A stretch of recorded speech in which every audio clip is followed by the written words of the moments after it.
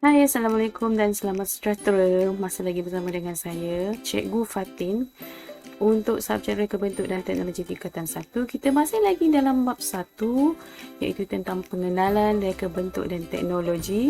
Dan kita akan teruskan sambungan untuk pelajaran seterusnya. Kepada siapa yang masih lagi belum tengok part 1, untuk bab 1, bolehlah tonton video part 1 dahulu.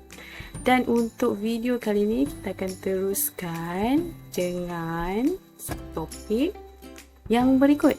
Pada akhir pelajaran, kita akan tahu untuk senaraikan apakah prinsip reka bentuk,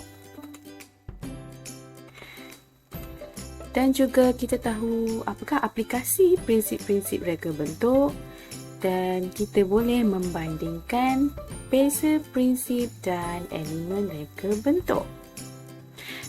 Jom kita tengok apakah itu prinsip reka bentuk. Prinsip reka bentuk ialah konsep ataupun aturan yang digunakan pada elemen reka bentuk bagi memudahkan pembinaan sesuatu objek. Jadi apabila kita melaksanakan prinsip ini dalam pembinaan reka bentuk barang kita ataupun produk kita akan nampak lebih menarik. Jadi untuk nampakkan produk kita lebih menarik, seharusnya kita letak prinsip-prinsip ni terhadap projek kita ataupun produk kita. Dan kita tengok satu persatu apakah itu prinsip-prinsip reka bentuk. Kita tengok yang pertama, keseimbangan. Kalau kita tengok kat gambar ni ada dua jenis keseimbangan. Dalam bahasa Inggeris kita panggil symmetric dan asymmetric. Keseimbangan bermaksud sebelah kiri dan kanan sama ataupun dari segi saiz seimbang, sama ada dari segi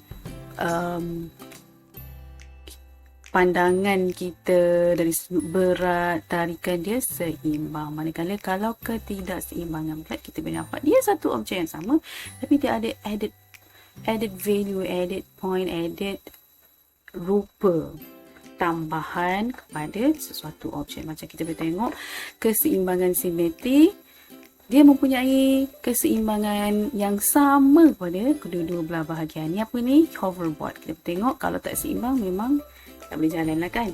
Jadi dia perlukan keseimbangan. Manakala keseimbangan asimetri pula, ia tidak mempunyai persamaan pada kedua-dua bahagian. Seterusnya pengulangan. Yang kita faham tentang pengulangan ialah penyusunan semula objek secara berulang-ulang. Pengulangan. Okey, dalam bentuk sudut boleh jadi, dalam bentuk bola, dalam bentuk susunan bersiri, selari ataupun berjejari. Itu adalah salah satu teknik untuk kita menghasilkan reka bentuk pengulangan. Jadi untuk pengulangan ni, tujuan dia adalah untuk kita menjadikan satu objek tu kesatuan dari segi keseimbangan dan pergerakan ataupun penegasan. Jadi kita tengok dari sini dari segi pembinaan, contoh dari segi pembinaan, architecture, dari segi fashion, kita boleh tengok dari segi fabrik, corak fabrik, dan juga pengiklanan, advertisement. Seterusnya, kontras. Ia berfungsi untuk menarik perhatian, memberikan fokus, mengelakkan kebosanan dan memberi kesan pergerakan. Nama dia sendiri, kontra. Bila cakap pasal kontra, ia salah satu keluaran visual yang kita boleh nampak perbezaan ketara pada ciri-ciri sesuatu produk itu. Okay, kalau kita tengok gambar ni, contoh cikgu bagi, color, warna pada bunga ni sangat berbeza. Satu warna biru, satu lagi warna oranye. Dan pada corak, pada warna, pada saiz dan pada susunan. Seterusnya, kepelbagaian. Kepelbagaian dalam reka bentuk ni apa pula? Kepelbagaian menunjukkan aplikasi penggunaan pelbagai gaya, nilai dan idea yang berbeza dalam sesuatu reka bentuk. Okey, nampak macam-macam jenis shape kalau kita tengok dekat design buku ni. So dia nak menghasilkan sesuatu prinsip dan menggunakan prinsip kepelbagaian dalam desain buku ini. Dihasilkan melalui elemen reka bentuk seperti garisan, rupa, warna dan sebagainya. Pelbagai. Tergabungkan pelbagai jenis reka bentuk. Seterusnya, kesatuan. Kesatuan kita tengok, ia adalah semua bahagian elemen bergabung untuk membentuk imej, tema atau idea yang sempurna. Okey, nama dia sendiri membawa maksud kesatuan. Seterusnya, keringkasan, iaitu idea yang kompleks perlu diolah semula dalam bentuk visual yang lebih ringkas. Idea yang banyak dalam satu-satu objek atau visual akan mengelirukan dan akan menghilangkan tumpuan orang yang melihatnya serta sukar diingati. Ini adalah salah satu reka bentuk yang menarik di mana dia mengubah daripada bentuk asal menjadikan lebih mudah dan lebih user friendly. Kita panggil contoh remote ni, remote yang lama mempunyai sangat banyak button yang mungkin boleh membuatkan kita confused ataupun tak boleh fokus masa satu kita nak tekan. Dengan adanya design yang lebih baru, maksudnya kita boleh lebih fokus terhadap fungsi yang sepatutnya kita boleh lakukan. Next is harmoni, dihasilkan melalui susun atur berulang. Susun sesuatu unsur yang seimbang dan mempunyai perhubungan saling berkaitan seperti ton warna dan mempunyai kontras. Apabila semua benda ni kita bergabung dan mempunyai satu keamanan, dia memberikan satu kedamaian, jadilah prinsip harmoni dalam sesuatu desain. Seterusnya, kita pergi pula pada subtopik aplikasi prinsip-prinsip reka bentuk dalam mereka bentuk objek asas. Okay, so kita nak tahu macam mana kita boleh aplikasikan prinsip-prinsip yang kita telah sebut sebentar tadi sebelum kita nak melakar sesuatu produk. Jadi semua prinsip tu kita haruslah kuasai terlebih dahulu.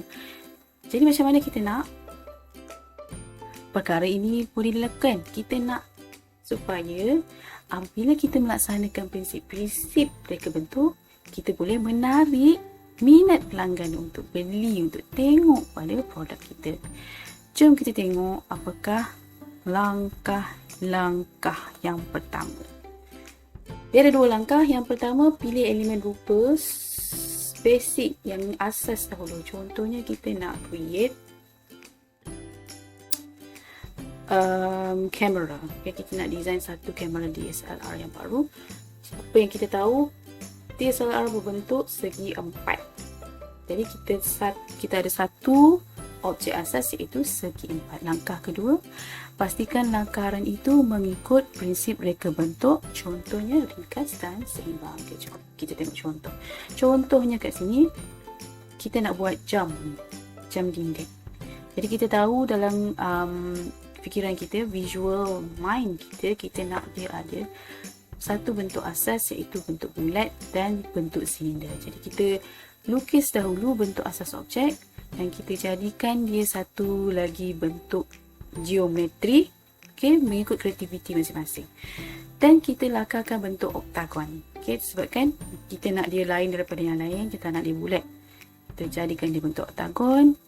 Bina garisan binaan. Langkah seterusnya kita lakar bentuk bulatan.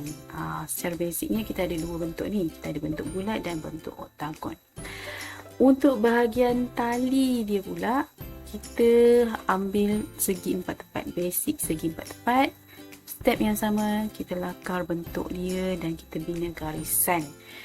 Dan langkah yang terakhir, bolehlah kita letak segala perincian yang kita nak letak dalam reka bentuk kita. Jadi kita boleh tengok apakah prinsip yang kita dah apply dalam reka bentuk kita.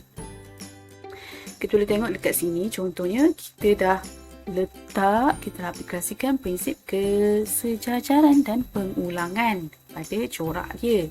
Dan juga garisan menegak tekstur kasar. Itu adalah salah satu prinsip dalam reka bentuk.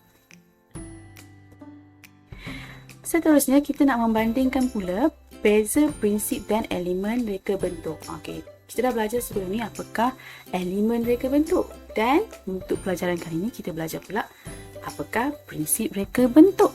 Okey, jom kita tengok satu persatu dengan kita membuat satu jadual. Contohnya, nama produk kita boleh bagi contoh kita nak bina ataupun kita nak design satu beg sekolah yang baru. So, kita buat satu table untuk elemen, satu lagi table untuk prinsip. Jadi, apakah elemen dalam reka bentuk? Ia adalah unsur yang perlu digunakan. Manakala prinsip pula ialah peraturan, panduan dan falsafah untuk menggunakan elemen dalam pembentukan produk.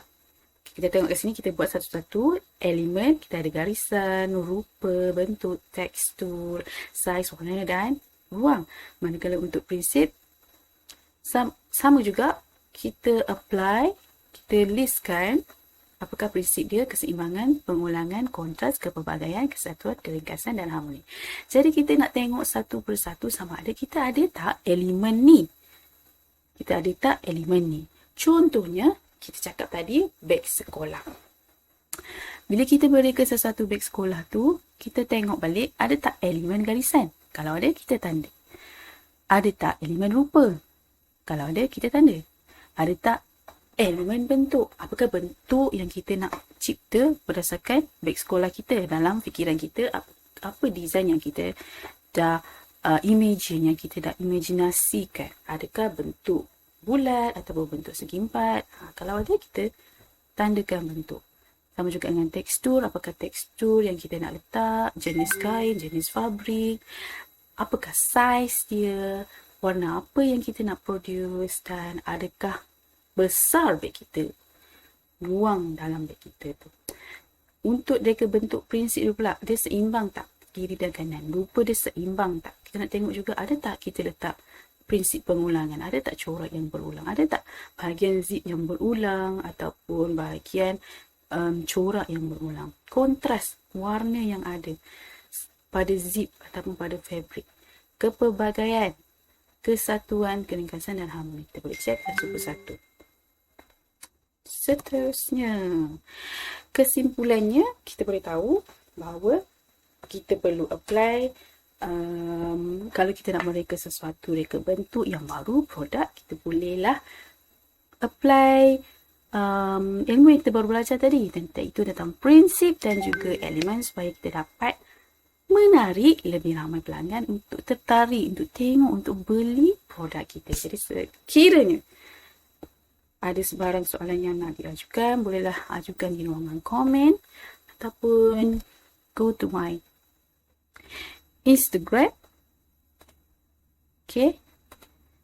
Dan bolehlah ajukan sebarang soalan di situ. Sekian saja video untuk hari ini. Kita jumpa untuk pelajaran seterusnya. Bye-bye.